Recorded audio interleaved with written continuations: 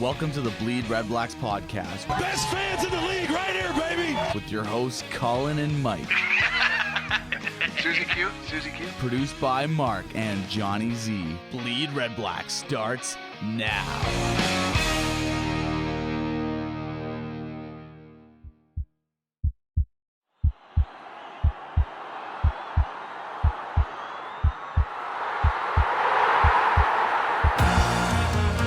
BleedRedBlacks. Gabriel is open in the end zone. Touchdown! The Ottawa fans and players are going crazy. Your number one podcast for all things Red Black. It's complete on the near side. Sinopoli breaks the tackle into the end zone. Touchdown! It's Brad Sinopoli. Every season, Back to pass throws. It's intercepted. And this is going to be a pick six into the end zone for a touchdown. It's Jarrell Gavin. Touchdown, Ottawa!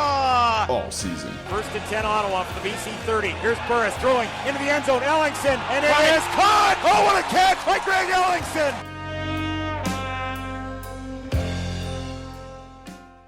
Hello and welcome to episode 20 of the BleedRedBlacks podcast. I'm Colin and I'm joined here, actually, for the first time, we're downtown, Cooper Street. What's up, Mike? Cooper Street represent. I'm sitting at your table right now, here in the dining room of section of FFF headquarters, which is That's our right. fantasy football headquarters. And there's no floor beers, but we're here to rock a podcast. So as you guys know, producer Mark's in Vancouver, so we're leaning on Johnny tonight. So here's the man. Johnny, what's up, buddy? It's going good. I'm surviving after a Panda game. Good. So, yeah, so hopefully it doesn't sound too terrible. If it does, Johnny, it's been nice knowing you. Or if it sounds really good, Mark, nice knowing you. So it's kind of a win-win here. I don't think we can really lose. I mean, also, I'm in my pajamas. I can smell dinner cooking. And, yeah, life is good. We're not in the South Keys. I'm not in South Keys. I'm only a few blocks from home myself. So last Thursday at TD Place, Charlie Sheen all over again. Was nice. What a destruction it was. We'll see if Johnny can knit in a little bit of winning with his magic. But isn't that awesome? Great. 21,000 people showed up for a game, Yeah. and just Chilly night, but a little bit. Yeah, the coffee was flowing, but for some of you, coffee gate. But maybe we'll get into that later, or we can talk about it now. I don't know. no, we'll save it for the recap. That's save it for really the riveting. We'll really get them. Yeah. So coming up in the next segment will be a story about me and coffee. Stay tuned, folks. Right after this is actually happening. Right after weather and traffic. Yeah, and this is a free show, believe it or not. You'd never know, right? Yep. So yeah, it was cool to be back at TD Place, and we'll obviously talk about it in the recap. But it was a chilly night, and it was basically stress-free football the way we like it. So So good. I think we should go back tomorrow. sure, why not? Why not, right? Oh yeah, Johnny. By the way, quick turnaround here, bud? We got a game tomorrow, so no pressure. Yeah. Yeah, you'll be ready.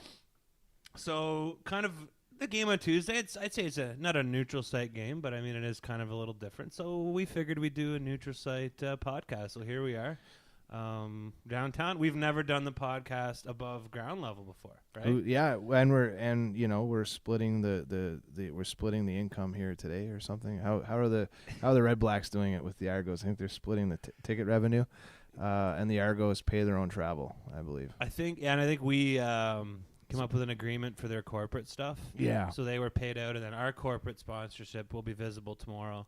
And anyway, it seems like a good deal kind of for both teams, considering the Argos basically got kicked out of their own house. So Well, that's what's the like alternative? most of us when we're 16, we've all been through that. So I have, yeah. what can you do, right? That's right. You just pack your bags, you walk to the end of the street, and you turn around and come home. Right? That's pretty much the gist of it, right? Like, no one actually runs away from home properly, do they? No. Like a burlap sack? Like, where are you going with a burlap sack worth of shit? Come on. No, I jumped out of home for, a year or two and then came home again. So it's usually how it works, right? Well, those are some stories I'd like to hear. Those are some It's the yo-yo life, right? Yeah. Exactly. Not YOLO like the kids live now. It's yo-yo. like the kids. The kids these days and they're YOLO. YOLO, live once, right? Isn't Yeah. that it? Oh, Yeah. wait. No, it's ASAP as possible. What? Yeah, you're right. Let's go back in tomorrow, and I'll see you there. Yeah, sounds good. So QB Club at Real Sports last week. You got to go. I did. I went down. There was a great turnout. Real Sports is kind of a weird vibe for the place. I feel like it's really convenient for the media guys because it's right across the street from TSN. And I don't know. It just lacked that. It seems kind of like a small venue kind of vibe. I mean, we know who's going to be there every week, right? It's pretty much the same people. And but it was great to see Chris Williams and Jeremiah Johnson come in and, to be honest, really take over the show. In the past, I mean, we've all heard it, Sutherland and who's the guy, Lee Verstage. Lee Versage. So they normally kind of run the show and as they are hosts, but Williams and Johnson, like, they kind of just took over, and they were really interesting, dynamic guys, and heard some really cool stories. One thing that was neat was Chris Williams talked about basically they were talking about being quarterbacks, like at any point in your life. Usually these pros are such good athletes, at some point they learn to toss. And Chris Williams is like, I can't even throw. I can't throw, basically. Like, I just run, like, I think he said 4.1 something 40 as a senior year in high school. He didn't have to do anything but run. No. And Jeremiah Johnson told a cool story about when he played for the Broncos the year that Tim Tebow had his huge playoff experience, I guess we'll call it. And he said he learned a lot from that and just being in that environment. And he's been able, I guess him and Tebow are still friends. Kind of strange, guys with two very different backgrounds. I wonder if Shannon Sharp would have been on that team at that time. I wonder. I don't think so. I think he would have been great. Just I was thinking of personalities because you were saying they took over the radio show and they really had great. And Shannon Sharp's that guy for NFL radio right now. He's actually working full time, and I just love and he is the best tailor around. Shannon Sharp Dude's is. suits I can't ridiculous. I can't believe CBS fired him. I'll leave it at that. But I like. I guess my point is I really like to hear animated ex-players in the NFL, CFL talk about the sport because that's when you get the real stories. Yeah, really interesting. Like, how would I ever expected a running back from South Central LA to be buddies with Tim Tebow? You know, amazing. So he made a joke about Tebowing or something after a touchdown. We thought that was pretty funny, but he's got enough dance moves. He doesn't have to worry about that. Yeah. So yeah. Anyways, next QB Club, keep your eyes peeled. And one thing they did was every person who attended got 2 free tickets to tomorrow night's game. So that's pretty amazing. Definitely worthwhile to go down there. And, yeah, I mean, free is amazing. So. Free is good. Yeah. So Panda game, so BleedRedBlacks, we were in the house, a little scattered. You attended? Yeah, you said. I did attend. You said you ran into Janine? I did. I ran into Janine, and she had a few beverages, so she was excited to see me. And we had a pretty fun talk about, just football and just whatever, You didn't see Andy Cap here? I mean... Johnny Z. No, I didn't see Andy Cap. I know he was in the house. Apparently, he was on the north side, though. Yeah. And I just randomly grabbed tickets, and they threw me in a box, so maybe they thought I wasn't able to handle the youngins. But so I sat in the south side with the Ottawa people, and I just wanted to see a good football game. I didn't care, really, to be honest, who won or lost. But, yeah, like 18,000 people, and just an amazing, exciting, dynamic crowd, like something like I've never seen before. Not many people paying attention to football, but just an awesome party. And, it's funny. They always say, when you're in your 30s, if you're feeling really good about yourself, all you have to do is walk onto a campus and, you get reality. And I walked in there and I was like, whoa, like, I'm 35. I think I'm doing okay. But, man, these kids, like. Oh, I know. And as soon as you say kids, right, it's like it's over. So. Yeah. But, anyway, so I guess. I was a prof or something, but it was good. The Caesars were delicious, and it was a nice day. It was great. So wicked, awesome, and everyone there got offered a $10 ticket to the game on Tuesday as well. So they're definitely doing their best to attempt to get butts in the seats this Tuesday. And for those of you who don't have your tickets yet, I'm sure you'll be listening to this on game day. But get out there. You can get good deals right now, and this is a chance if you haven't been able to get in there so far. Yep, beautiful Tuesday night. Now I got to ask you, right? You're in the food business. Apparently. Yeah. Well, you eat food. I eat You food. buy food. Yeah, That's yeah. what I meant. Yeah. Views and opinions are my own. So, Burger King has a new promotion out for come on, let me just bear with me. Yeah. Burger King has a new promotion out for Halloween, and the ad is this? Or no, it's not the ad. It's like an A1. Okay, I don't even know how to explain It's this. an A1 and Yeah, you take over. let's get back to the guy here that's a QSR guy. If you don't know what QSR is, clearly you're not in the industry. What it is, it's a A1 steak sauce infused bun being offered by Burger King, and it's black. Black as your couch over there. So my question to you is this a black metal burger or a goth burger? Makes a big difference for me. Yeah. If it's a black metal burger, I'll get 3. Well, if it's a goth burger, I'll leave my guy liner at home and avoid it. So. Yeah, it's I don't know if it's a Robert Smith Cure burger or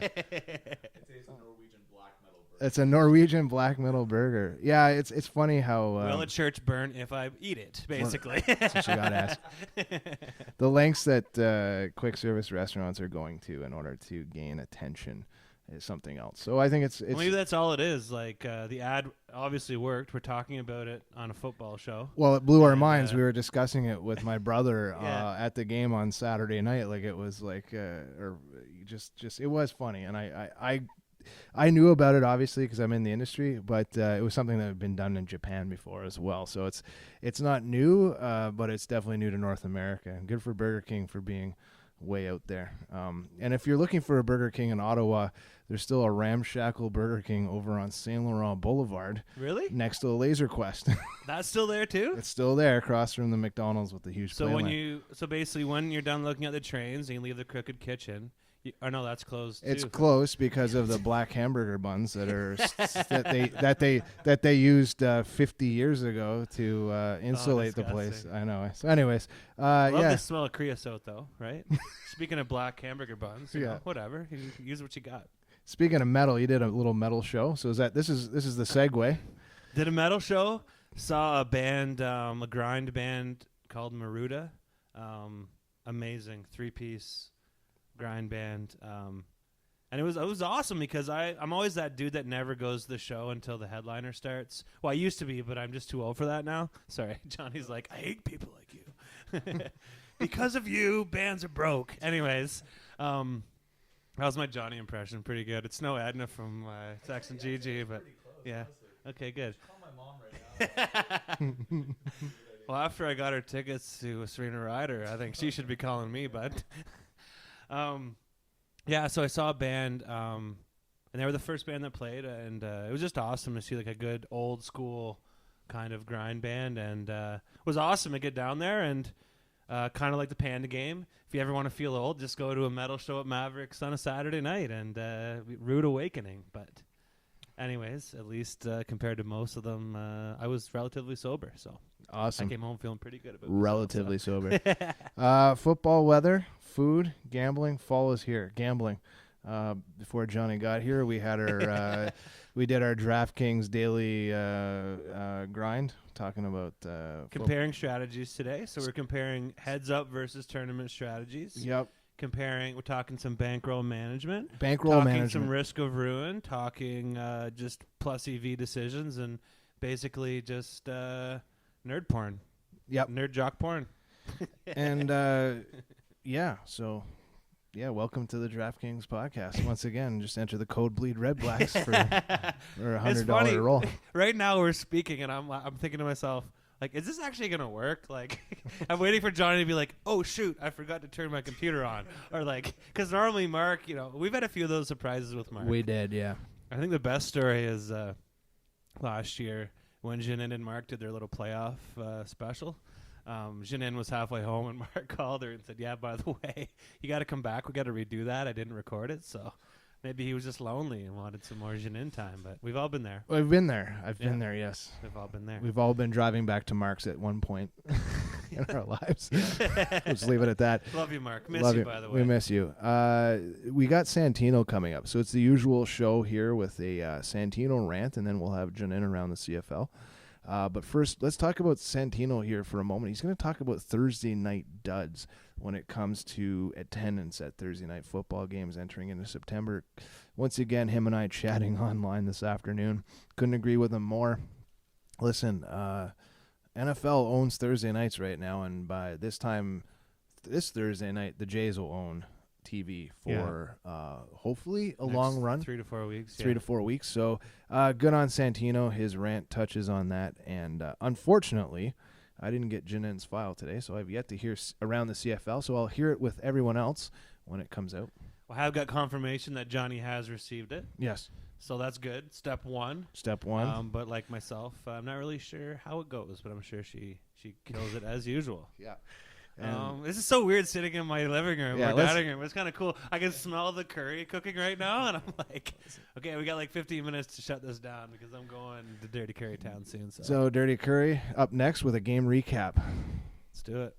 Hey guys, thanks for listening to the Bleed Red Blacks podcast. Check us out at bleedredblacks.ca for blogs, photos, and podcast archives. Live from Brazil, here's the Red Black Renegade rant with Santino Filoso. Are you ready? Do you really mean to tell me that a 5'0" wide receiver is worth $40,000 more than Chad Owens? We'll do it live. If the helmets weren't ready this week, they should have pushed their introduction back. It has begun.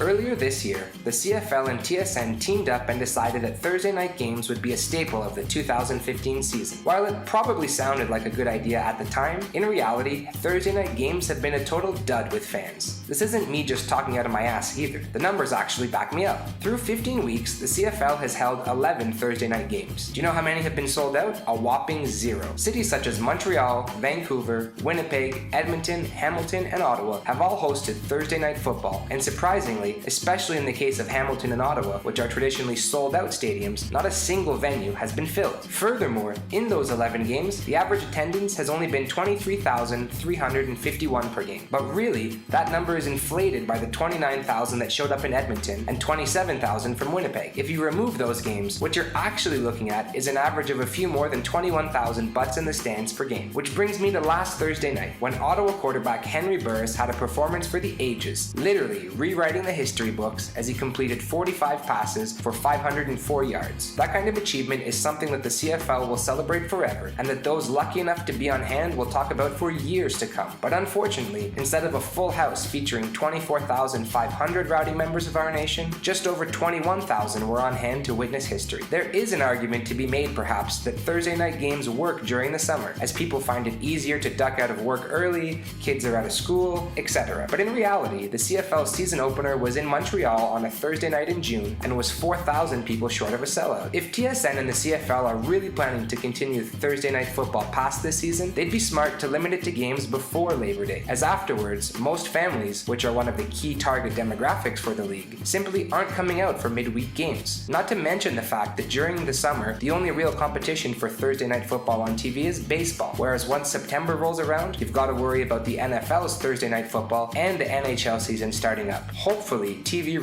ratings make up for lost revenue at the gate, because CFL fans are showing their dislike of Thursday night football by staying away in droves. That's all for this week, guys. Rant back at RedBlackGate to let me know your feelings on Thursday night football, and as always, remember to bleed Red Blacks. Hey guys, for Instagram photos, check us out at BleedRedBlacks. For game day photos, tailgate photos, and photos of whatever, come check us out at BleedRedBlacks. Dude, isn't she a Bombers fan? Let me laugh even harder. But for the love of God, please start hook sliding. Dude, whatever. She's an Ottawa fan too. Did Buck Pierce's constant injuries not teach you guys anything? Playoffs? I just hope we can win a game. Enough ranting, on to the games. Really? Righteous. Welcome to Around the CFL with Jin on the Bleed Red Blacks podcast.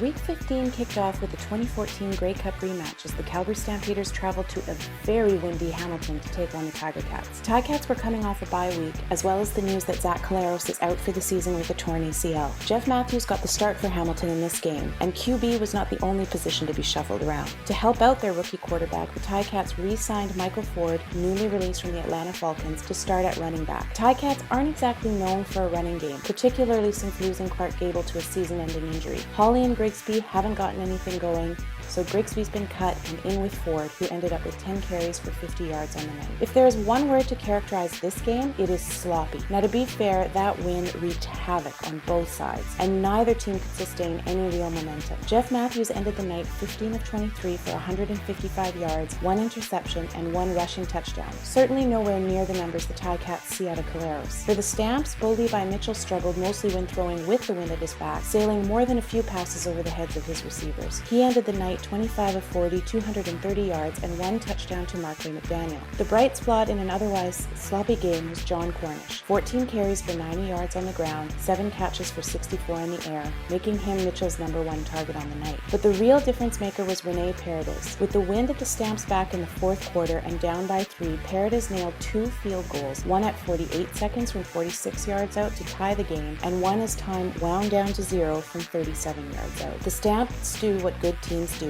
They find a way to win, even in not-so-great conditions, and they take this game 23-20 in a sloppy but exciting finish at Tim Hortons Field. Some Ticats fans are a wee bit concerned about the impact of losing Caleros, but in fairness to Matthews, he got his pro start in conditions that even seasoned veterans can't play well in. Saturday was a Canadian football-filled day for me as I started off the day at TD Place along with 17,500 or so other people to watch the Panda game, the annual matchup between Ottawa's CIS rivals, the Carleton Ravens, and the University of Ottawa GGs. And yes, you heard that number correctly. 17,500 people showed up for a CIS game on a Saturday afternoon, setting a record for attendance. Congrats to the University of Ottawa, this year's Panda home team, for drawing out crowds in those numbers. That is some impressive stuff. And as much as it pains me to say it, congrats to Carleton Ravens fans, Mark and Santino most especially, for the thrilling double overtime win. Ravens took this one 48-45 in an exciting back and forth offensive matchup, holding on to Pedro the Panda for one more year. Yep,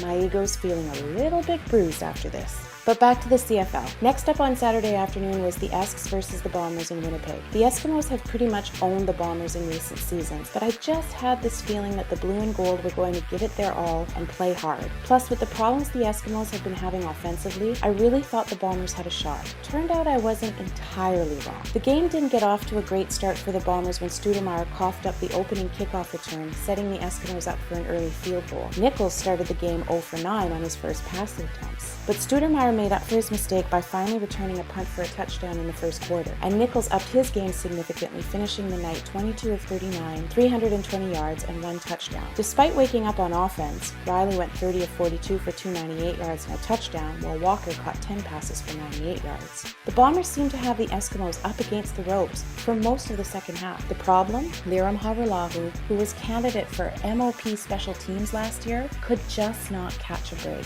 Haralahu went 1 for 5 on field goal attempts and 1 for 2 on the extra point. That is 13 points that were left on the field. His one successful field goal came when it was needed the most, with 1:02 left on the clock, so that the Bombers could go up by 2 points at the end of the game. But 1 minute, as we all know, is an entirety in the CFL, and the Esks had more than enough time to march into field goal position for Sean White, who made a 53-yard field goal, and the Bombers lose another heartbreaker at home. Edmonton wins this one 24-23. Immediately following the Bomber game, TSN flipped us over to Vancouver, where the visiting Rough Riders were taking on the at-home BC Lions. The Riders were not yet mathematically ruled out of a playoff spot, and so they continued to go with veteran Kevin Glenn at quarterback rather than rookie Brett Smith. And it's true that offensively, the Riders have better numbers when Glenn is on the field, but not this game. Glenn did not have a good night, going 15 of 21, 185 yards, no touchdowns, 2 interceptions. Everyone from the TSN announcers to fans on Twitter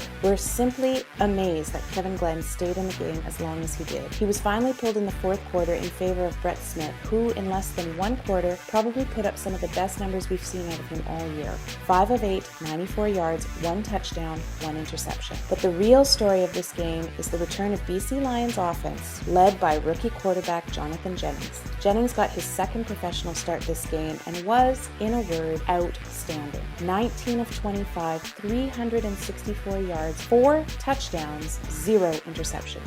Add a receiving touchdown to that total after a beauty play that saw a direct snap go to Andrew Harris, shovel pass go to wide receiver Austin Collie, who tossed a 21-yarder to Jennings, who was covered in the end zone by Tristan Jackson. This game was all BC, the exact opposite of what we've seen out of these Lions lately. Manny Arsenault picked his game back up, 4 catches, 4 for 187 yards, 2 touchdowns. And Andrew Harris finally hit triple digits again after a bit of a drought, 13 carries for 100 yards. These BC Lions were on fire, tearing up the Saskatchewan defense and making them look like a high school squad out there. Final score 46-20 for the home team. And I know that felt good to Lions fans to end that losing streak, and I know all CFL fans really enjoyed watching Jonathan Jennings. After all of that, here's where we sit in the standings. In the West, Calgary has clinched either first or second and a guaranteed home playoff game. They sit in first at 11-3. Edmonton has also clinched a spot, and they sit in second at 10-4. BC's big win puts them alone in third place at 5-8, and Winnipeg sits in fourth at 4-10,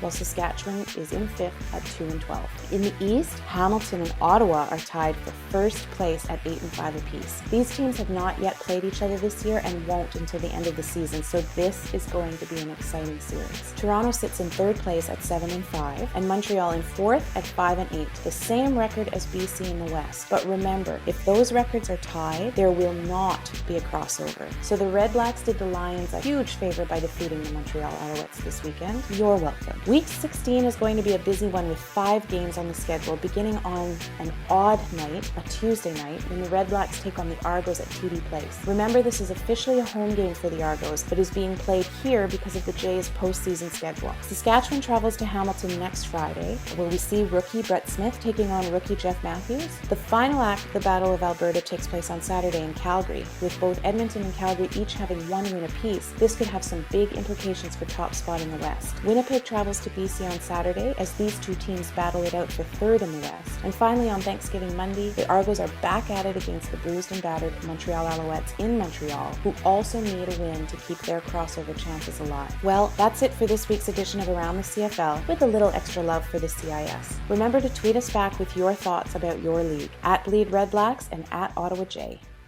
Game recap on the Bleed Red Blacks podcast. Game recap. So, once again, we beat a team with an under 500 record. I know. It's amazing, right? It's but like, I'm pretty sure that's what good teams are supposed to do, right? A win is a win. A win is a win. So this would be defined as a quote-unquote Deb Strickland barn burner. 39-17. Let's count those points up. 39. Done. Sick. Amazing. So this was the first stress-free game that I've watched in a long time. And, I felt like I was chilling watching the Ottawa champions. Sorry, I haven't talked about the champs in so long. I just had to throw that in. You know what they say about baseball. So shout out to $1 hot dogs. Yeah, that's about it. That's all I got for that. You bring up a point here coming up when we're talking about bad Hank versus good Hank. Once again, the CFL tweeted out in their, news of the week, which was good Hank, bad Hank. And I mean, it's the verbiage, like you said. What are we going to do with that verbiage? It's just lazy writing. It would be like me tweeting out like a picture of Bart Simpson saying like "Don't have a cow, man," or like you know what I mean? It's like just because it's there doesn't mean you have to use it, and don't be afraid to lose that verbiage. And I mean, we all witnessed history, and I mean, I'm sure everyone knows, but he set the record for most completions ever in a game, and he eclipsed a previous mark that was set by Anthony Calvillo 7 years earlier. And 7 years to the day, actually, when he posted 44. And Hank ended up with 45 completions on 53 attempts, 504 yards. And I'm just going to say perma-good Hank, basically. Permafrost that's about to hit us. No, I agree with you. And I think, we briefly spoke about the fact that we had it was a Thursday night game versus FNF, which is Friday Night Football, and I think we might have lost a little bit of that glamour that would have went with that being a Friday night game and just the focus of sporting and everything that goes with that on TSN on Friday night. I mean, anyone who was there knows that it was a special performance that may never be repeated, and I'm just feeling so positive about him right now, and he gave us his all last year, and he had a hard time, not only physically but mentally. I mean, he put a lot of that on his back, and he deserves this. I use the word all week, of course. Amongst my circle of friends now, I'm known as the Red Blacks guy because I have a podcast with friends and season ticket. I'm a season ticket holder, and my phone lit up with wow, what a game for the weekend for you to enjoy, and a lot of messages coming in from people around me, and I basically copy and pasted the same verbiage. My Hank verbiage was he was surgical in dismantling that defense.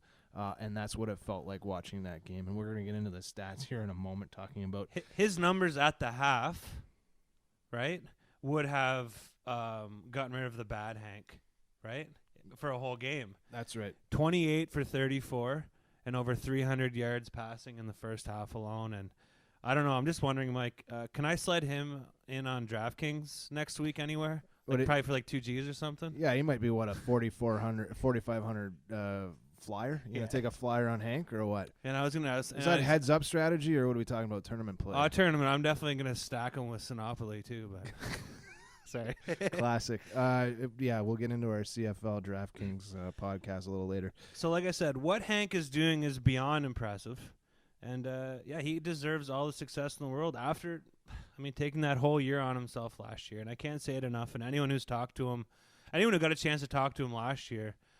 Knew that he was dying with that team. Like he took that very personally. I think that affected him a lot more than anyone realizes. Well, he's got the character base in him already. That's with that leadership ability that it just tells you on the outside looking in that he decided he had a plan for this year. And, I wouldn't be surprised if he picked up the phone a few times. I mean, I'm sure he picked up the phone and made sure Ellingson knew that he was coming to a system that he could play in. Yeah. It's just the basics. And has that ever been mentioned in the public? Absolutely not. But the smile he has on his face when Ellingson enters the room like he did at the QB Club a couple of weeks ago. Like he's got to gel with some of these players. And when we start talking about 7 different receivers making catches for all those yards, just tells you that Hank has laser focus and really understands the aspect of what these receivers need in the what they need from a pivot, and he gives it to them week in and week out, and he carries his team on his shoulders. So I'm with you. This verbiage has got to quit and it's got to go somewhere else because I have a true, honest feeling that by the time he hangs up the cleats here, he'll be coming back and working in the front office here. I mean, he can go anywhere he wants to in this league, as far as I'm concerned. But knowing Jeff Hunt will make him the mayor of Findlay Creek soon enough down there, and get him staying here. Well, anyways, I'm just happy that I think the verbiage has to stop now, to be honest. So obviously we're very protective of Hank. He's the heart of our organization, and we're going to go to bat for him any time we can. Okay, let's talk about a few of these wide receivers. Yeah, so Hank spread the ball around to 7 different receivers. Let's just go down the list and look at these numbers. Holy hell. Brad Sinopoly, 7 for 107. Mo Price, 9 for 104. Chris Williams, 9 for 98. Right? Can I just say, yeah, absolutely. Mo Price, welcome to the show. He's stepping it up, right? 3 weeks ago, even some of the, speaking of verbiage, of the Twitter verbiage, so to speak, was Price. Let's sit Price. Let's give somebody else a shot. At one point, there was a lot of talk about Price's ability early on, and I think he's just done nothing. But if he had a chart of return on investment, it's a hockey stick. Well, let's just think who we gave up for Mo Price. Let's just put it that way, and then nothing else needs to be said. Sammy G, what up? But yeah, so you keep going down that list. Greg Ellingson, another awesome dude, another ex-Ticat who's coming to play and really showing his worth. Ernest Jackson, you and I love him. He's a beast. He's a tough guy. Ernest keeps making catches in areas of that field that other receivers aren't going to make. And if Henry's arm's getting a little tired and he throws it up the ladder a little bit, hey, your arm's going to get tired tossing that many 53 attempts. So if he's sailing it a little high, hey man, who's going to go up the ladder and get it? And Ernest Jackson will. Yeah, absolutely. Yeah. And then the two guys that to round off this list, the two big boys are grinders, Patrick Lavoie and Jeremiah Johnson. And I've noticed Jeremiah, he's been grinding it out lately a little bit on the ground, but he still is getting those 15-plus touches one way or another. And I'm pretty sure teams across the league are also starting to take notice that Patrick Lavoie is a beast. And when it's time to tackle him, we're going to have to do heads-up football to keep everyone safe here. So the good news on that front, the listeners are probably already well aware, but the young man, and I just, of course, his name's drawing a blank because he's not in the notes, Sorry. that attempted to tackle him. It was a pinched nerve in his neck, and he's doing all right. And Javon Johnson's former roommate, apparently, and Double J went and met him at the hospital and stuff. So a lot of CFL camaraderie on display. Yeah, for sure. good to see that. It's always you don't like to see the cart come out and pick a player up. So what else do we have here? So we had linebackers all over the field. Just your guy Munoz, talk to him. Like, you obviously. Once again, he brings his A game. He leads the team with 7 tackles, and he's now proving to be one of the leaders on this team. And another kid that really stood out for me was David Hines. He stepped in when my buddy Jacques Washington got cut. Another curse of the Colino, right? Don't talk to me in public, bud. You're gonna get cut. That's as bad as me saying you're gonna have a big year in preseason. Yeah. But yeah, David Hines played really well. Had 5 tackles, and I think he's really fitting in well. So our DBs didn't really get tested. Rakeem Cato never looked comfortable, really enough to really test our guys. And aside from one 20-yard completion to Fred Stamps, the Owls were unable to really provide any deep threats against us at all. And to be honest, they really didn't get any offensive momentum in the slightest the whole game.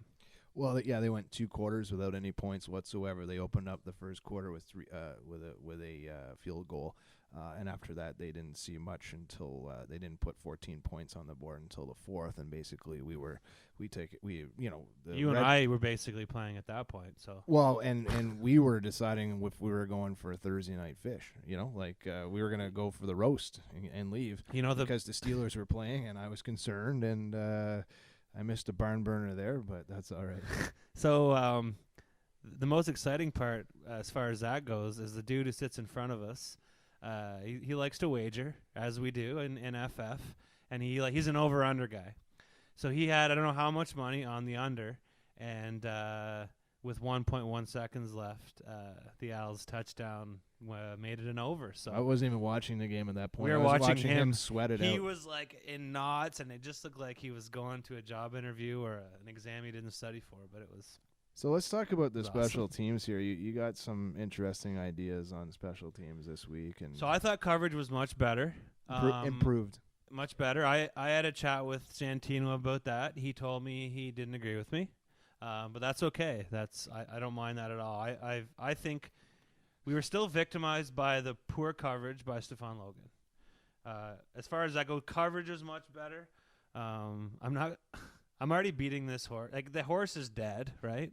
We might as well give her a couple more good licks. But we have to improve. We got to keep working hard, and we need to get more out of our punting game. It's just really struggling. And the Mayor had a tough rip last game. One thing that I was happy with special teams was Chris Milo, finally providing some stability. He, 3 for 3 field goals, 4 for 4 extra points. Whenever I think of him, I always think of, Sons of Anarchy meets Dad Bod. So good for you, right? It's covering a pretty big demographic there, to be honest. Amazing.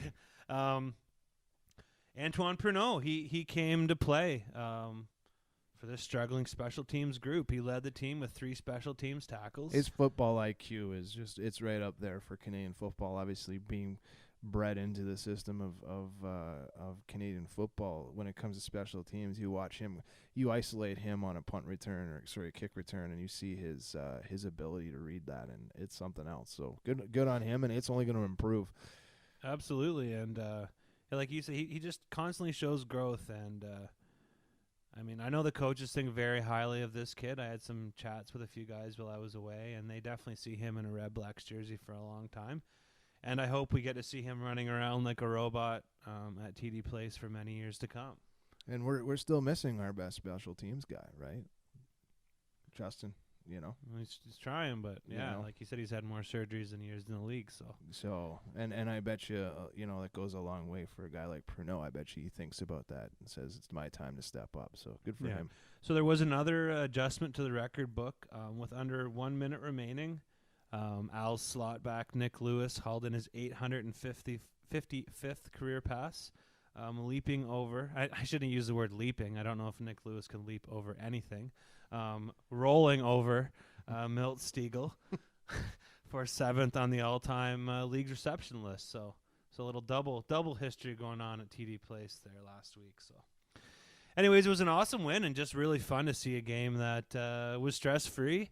So the one thing that happened was, I know we say all the time that the teams visiting fans get stuck in Section FF, but there was a group of fans from Montreal, and there's something about the pit, like their pitch, like it was, I don't even, like it, they just had this tone when they screamed that was just like nails on the chalkboard, and I really hope, we don't have to deal with that again. I'm just going to ask OSEG what they've done with the $2.75 in coffee I never got. That was a hilarious story. So I'm just going to bring up hashtag CoffeeGate. Yeah.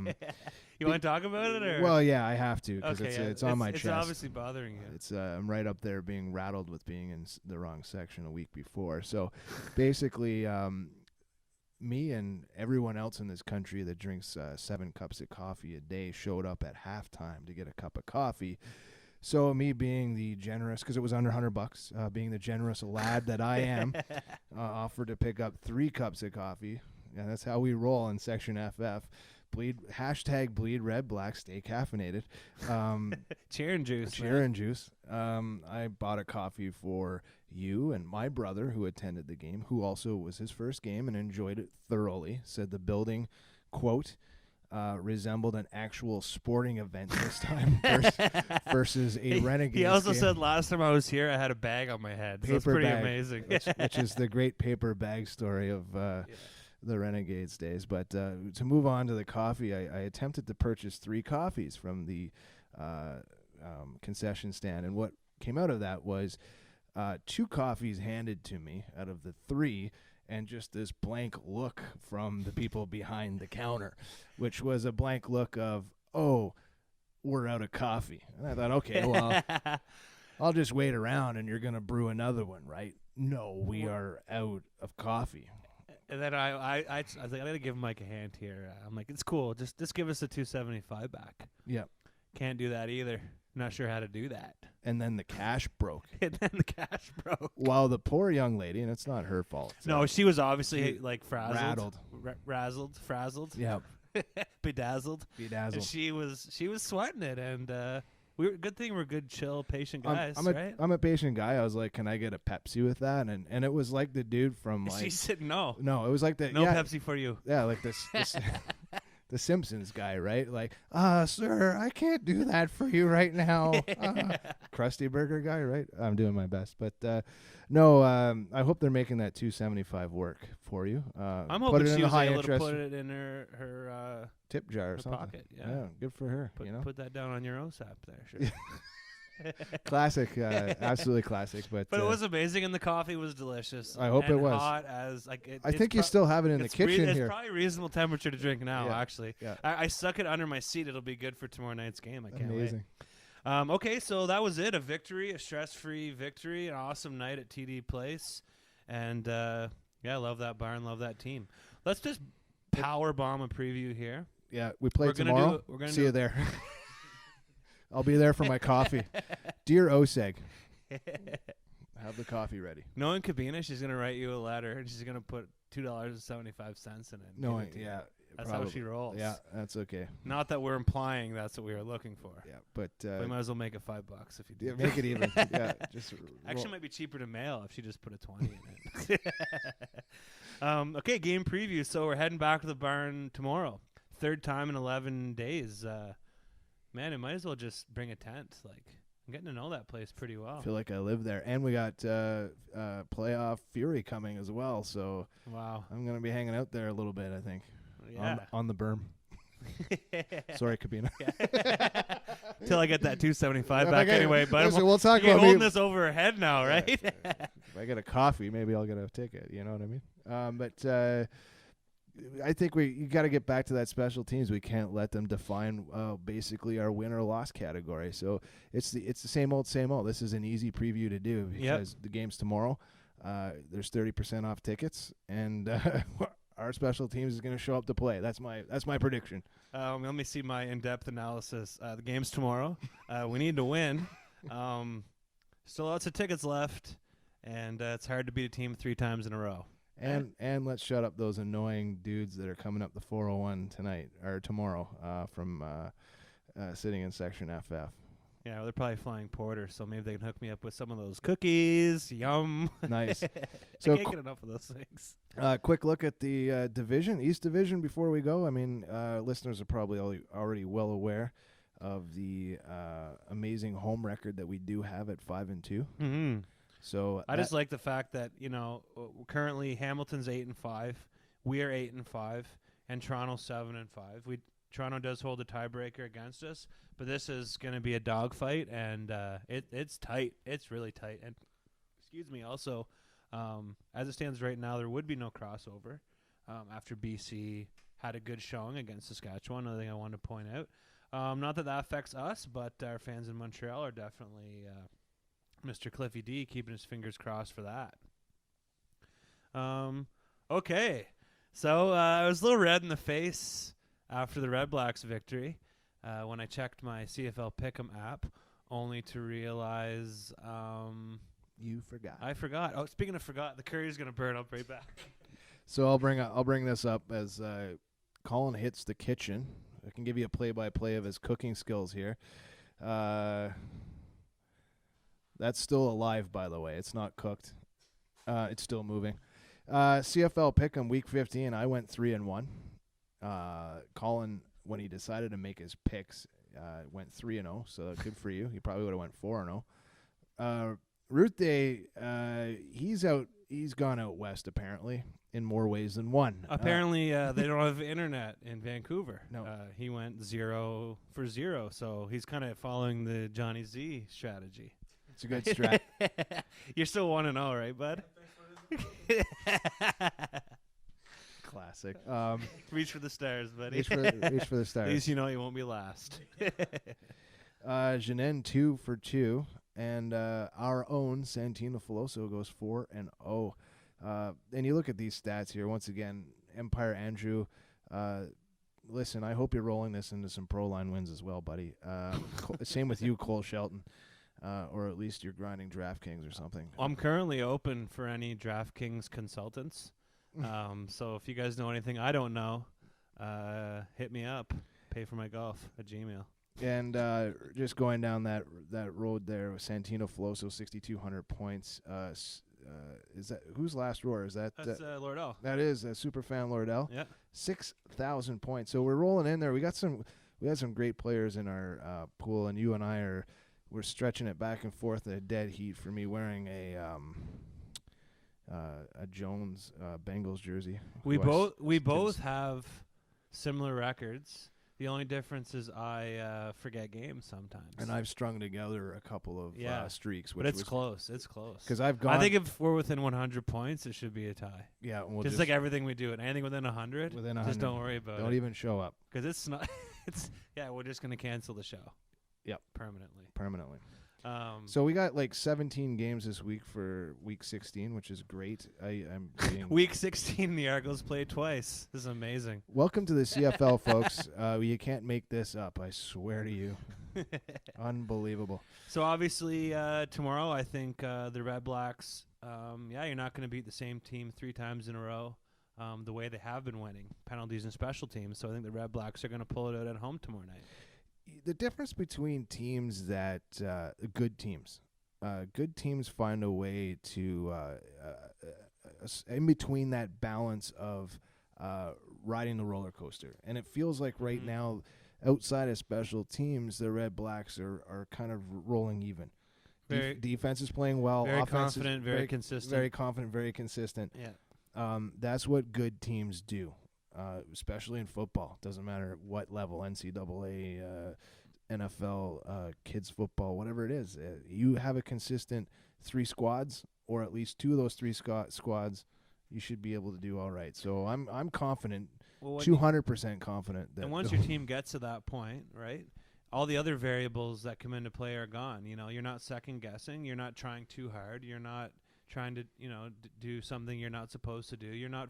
There's no infighting. You know, everyone knows their role is to find, and you're being efficient, and you're not getting tired, and you're playing the way you're supposed to be playing. And you're using the playbook that you need to. You're not looking for anything else in there that's going to make it easier for you. So I agree with you 100%. That's why, and I always, Janen's great at describing what she thinks football is, and it's a very strategic chess-like game, and I agree with that in a lot of terms of putting game plans together. And I feel like this team here in Ottawa has put together some game plans over the last 3-4 games, win or lose, that have put them in a position to be competitive. And I don't think we had that element last year. I think there was a lot of scrambling. The communication was poor from the coaches to the players as well, and one individual in particular. And we're seeing what happens when you get a competent OC and someone that really knows what he's doing, and he's apparently barely even opening the playbook yet. We're seeing, and I'm going to make this is a personal observation of mine, watching the interview with Henry Burris in the locker room after the game, and a lot of great questions were asked. But in the background, you could see the offensive lineman coach just giving him the big smile and the point. And guys that were walking by Henry during that interview, the tap on the shoulder, the smiles, just that feeling of that it goes back to that leadership role, and it goes back to what you said. This is a dressing room right now that has no infighting from what we know of, and a team that has what looks like a pretty good chemistry. So I just, I'm with you, and I'm very interested to see which Ottawa Red Blacks team comes out tomorrow night in the crisp fall weather and decides to hopefully put the pedal to the metal here. And I know we've said this a million times, but anyone, if you can get there, go down. Ticket sales are pretty tough right now, and I know the players would definitely appreciate that as well. So the Friday game, which is Friday Night Football, isn't that the brand? That's the brand. Second game of a 5-game week here in Week 16. No, it's a doubleheader. Just the first game's on Tuesday. Right? Isn't that how they're spinning it? Yes. No?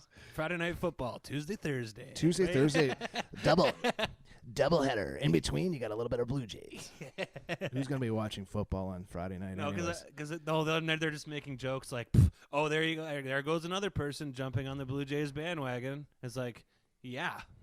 Have you seen them play lately? Yeah. Come on. Postseason baseball. If there's room, I'll get on top. I'll sit on top of you. I don't care. Just get me on that train. Postseason baseball is some of the greatest. It's just a great spectacle of sport, one would say. Absolutely. So we got let's get on to this and get out of here. Our Saskatchewan Roughriders facing Hamilton, and Hamilton's desperate. So what do you think? I mean, I'm not going to hold your feet to the fire here because it's early in the week, but I already got all my picks in anyway. I'm not making the same mistake twice. All right, so we won't. No, but I think that I think Hamilton, they're coming off a tough week, and they're still an awesome team. I mean, they may be struggling at the quarterback position, but they're still a championship team, and I think it's gonna be a low-scoring game, but I think they're gonna grind down Saskatchewan.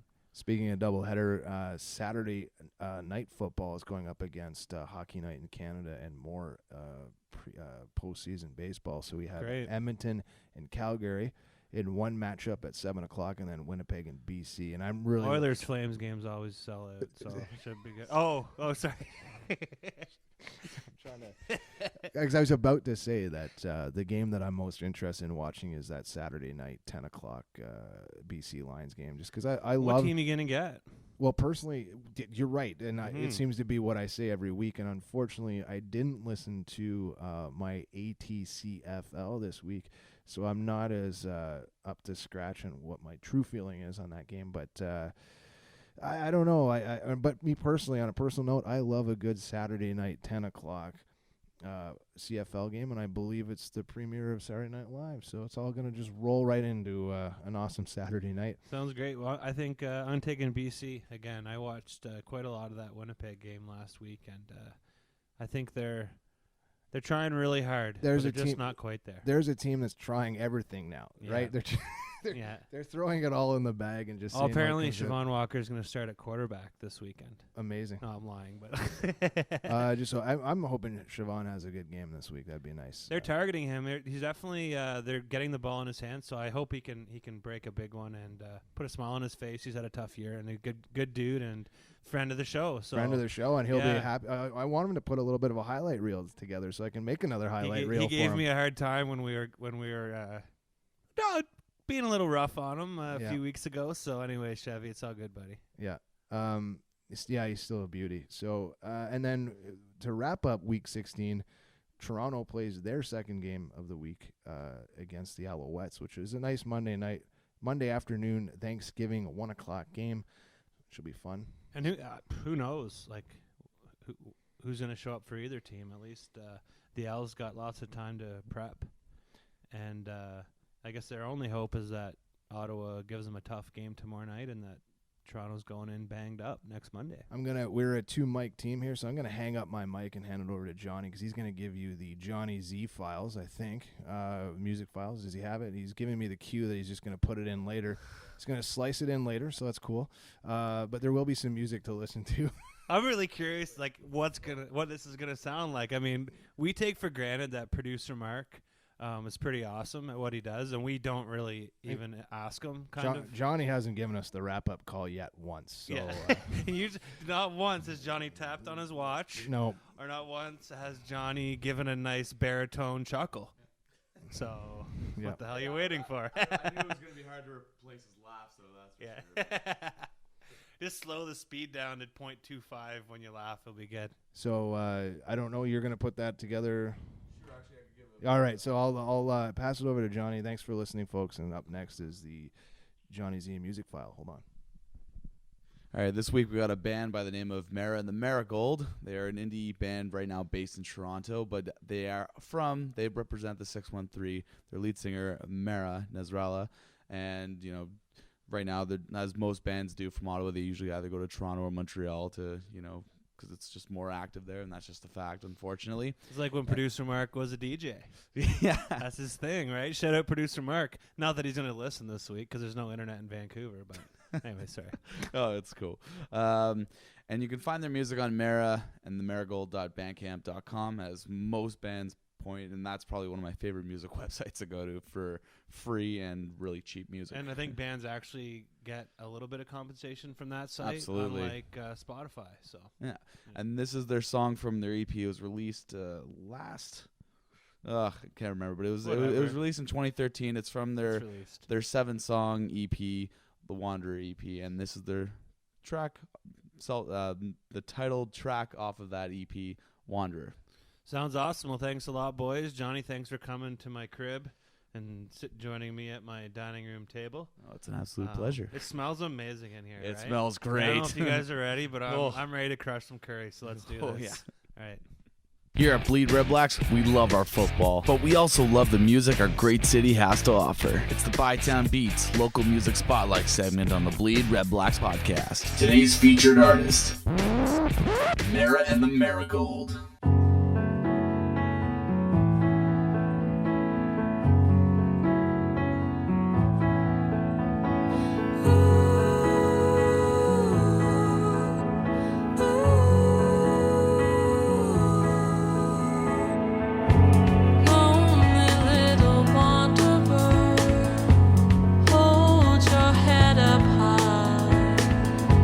Tear through the unkept trail.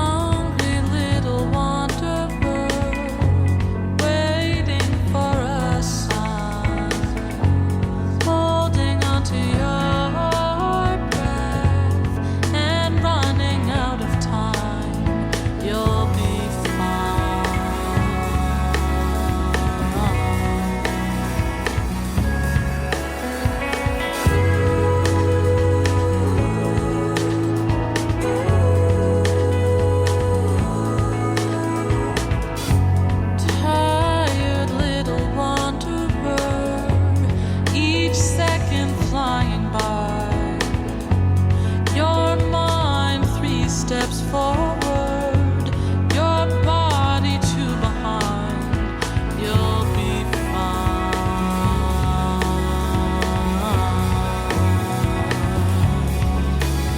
You'll be fine.